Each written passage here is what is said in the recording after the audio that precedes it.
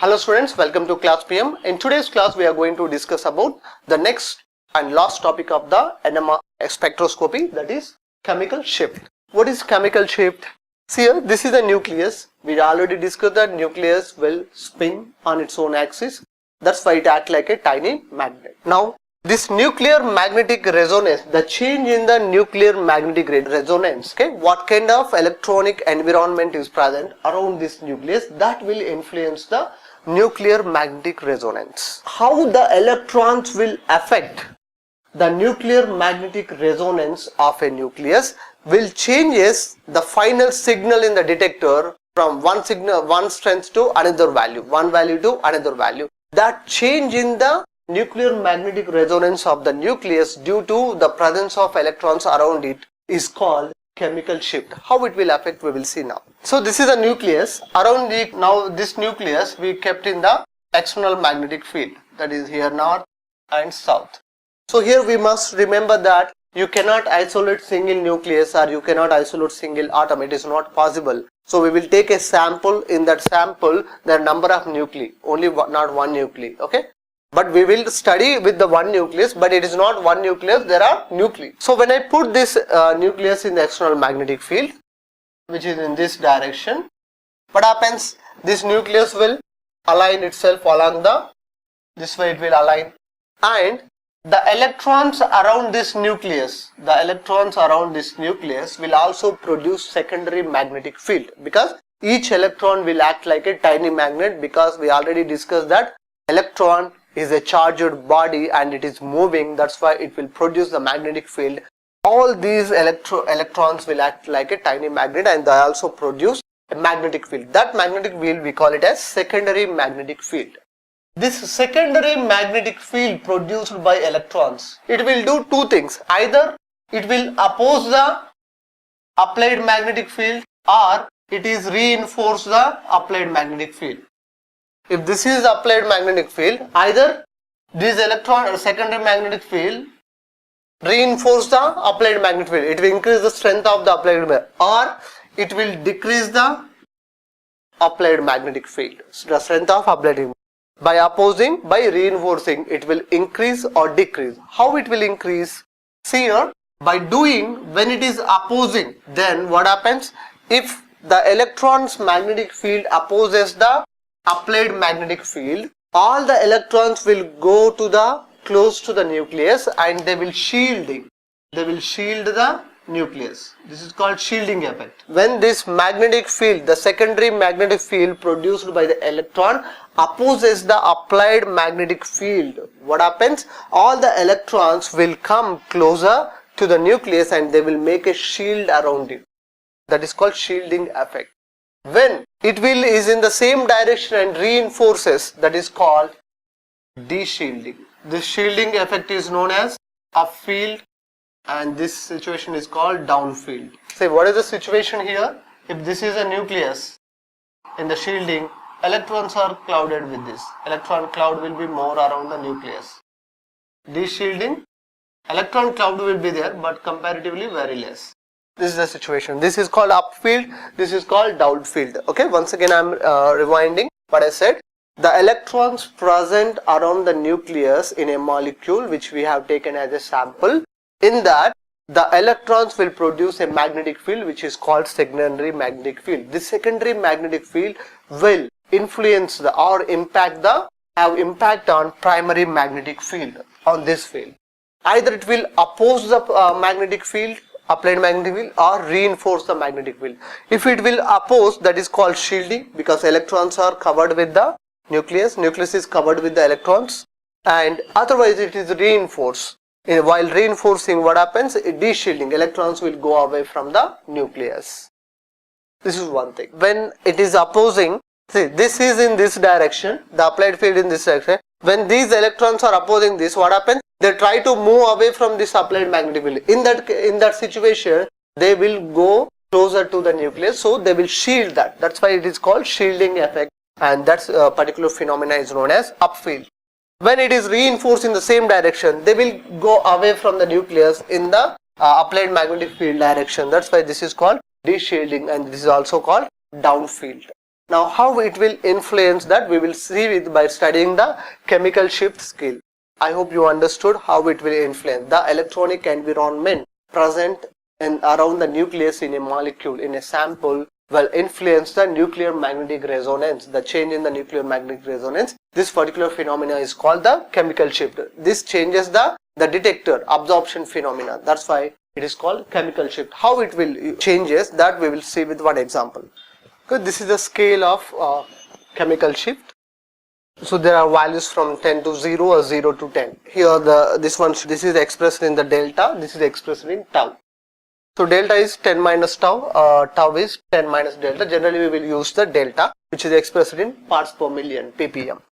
See this side where the greater values, when there is a deshielding occurs, then you will get the high frequency. When you have a high frequency, then deshielding occurs. Because of that, what happens? We call it as downfield, and you will get a greater values for delta. This side it is shielding, and the chemical shift is toward the small lower values, that is 0, 1, 2, 3, 4.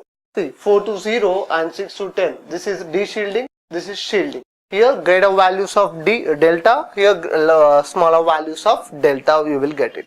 So same way for calculating electronegativity we use the Millikan and Pauling scale, and some scales are we used. There we have taken hydrogen as the reference element.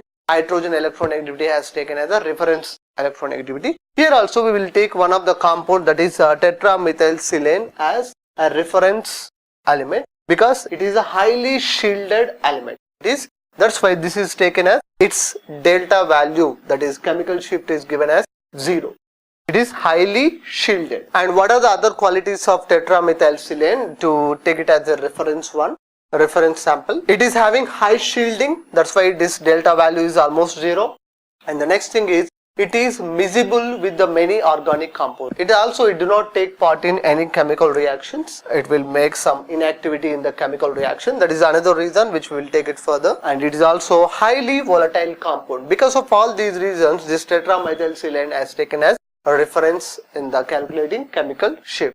So this is the chemical shift. The formula which we use for the calculate the chemical shift we can write here. I hope you understand. There are the sum of the protons, because the different protons are having different electronic environment. They have the different delta values, that is chemical shift value. Here aliphatic as alicyclic 0 to 2, beta substituted aliphatic it is 1 to 2 delta value, alkyne 2 to 3, alpha monosubstituted aliphatic it is 2 to 5, and alpha disubstituted aliphatic is 2.5 to 7.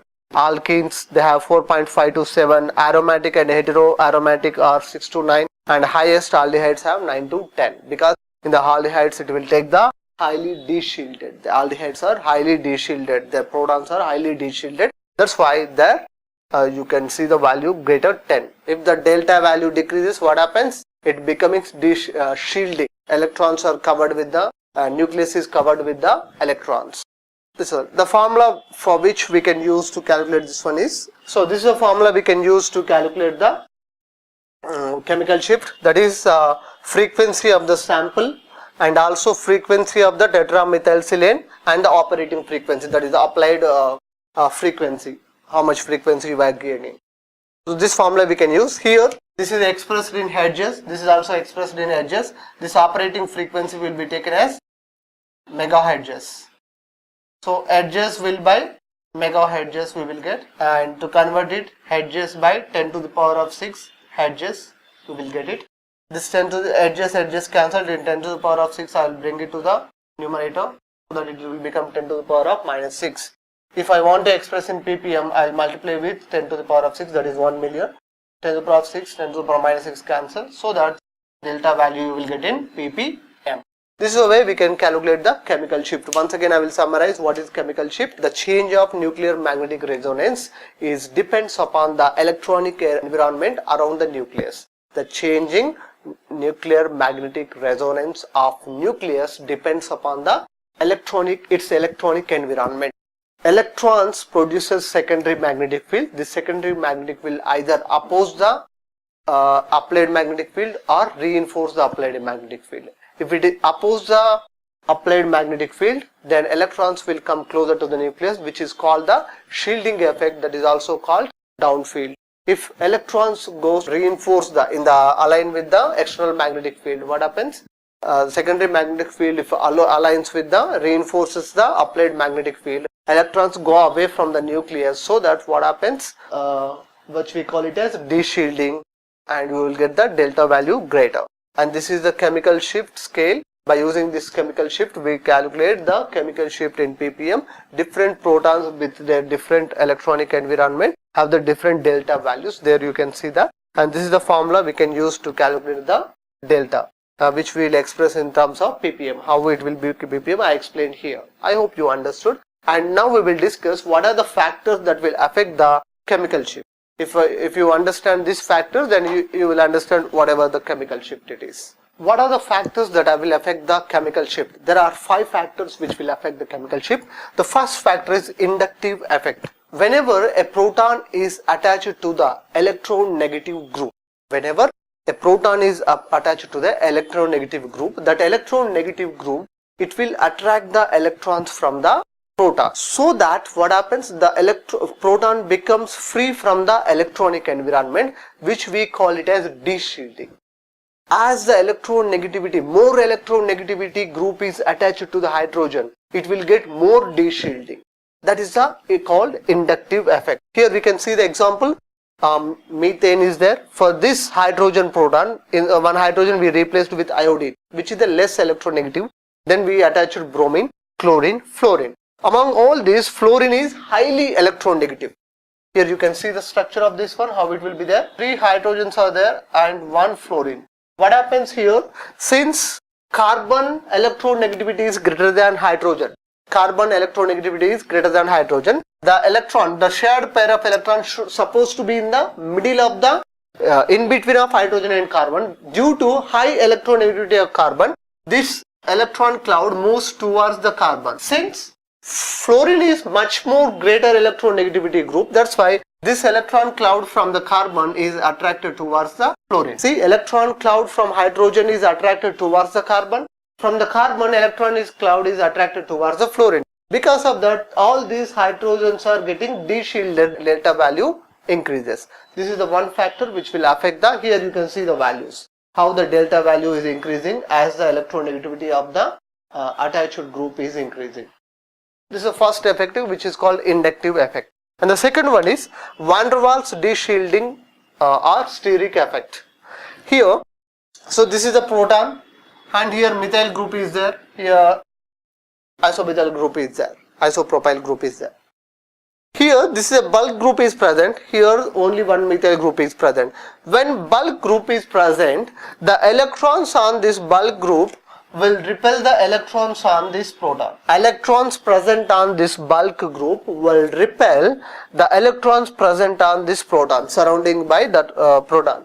So that what happens, the electrons will go away from this proton, so that proton will become deshielded and its delta value increases. This is called van der Waals deshielding or steric effect. And third one, anisotropic effect. We know that anisotropic effect means, for example, if you take the chemical bond, a chemical bond, especially covalent bond. Here this is a covalent bond. Here the electron density in a molecule or a compound where the covalent bonds are formed, it will be in one direction.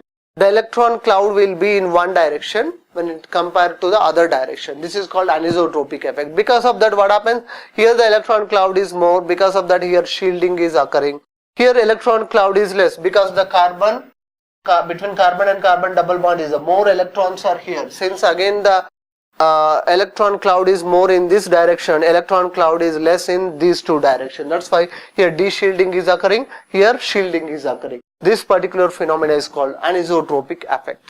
And the next fourth one is hydrogen bonding. When hydrogen forms bonds with the two electronegative groups, here this hydrogen is bonded with two electronegative group. What happens here? The electron cloud on this hydrogen will be taken by this oxygen and also this oxygen, so that this hydrogen will get deshielded. Hydrogen will get deshielded and its delta value will be increased. And next, hybridization of carbon attached to with hydrogen. Here these are the different hybridize sp3 hybridization, sp2 hybridization. See, as S character increases, here sp3 1:3 ratio S&P, here 1:2 ratio, 1:1 ratio. As you go in this direction, what happens? S character is increasing. As S character is increases, what happens? As S character is increases, what happens? The electrons will come much more closer to the carbon and they will go away from the hydrogen, that is proton. As S character increases, what's happening? Electrons coming much more closer to the carbon and away from the hydrogen. Because of that, hydrogen will be deshielded and its delta value increases. This is the fifth factor. I hope you understand what are the factors will affect the chemical shift. These are the values which will affect the chemical shift.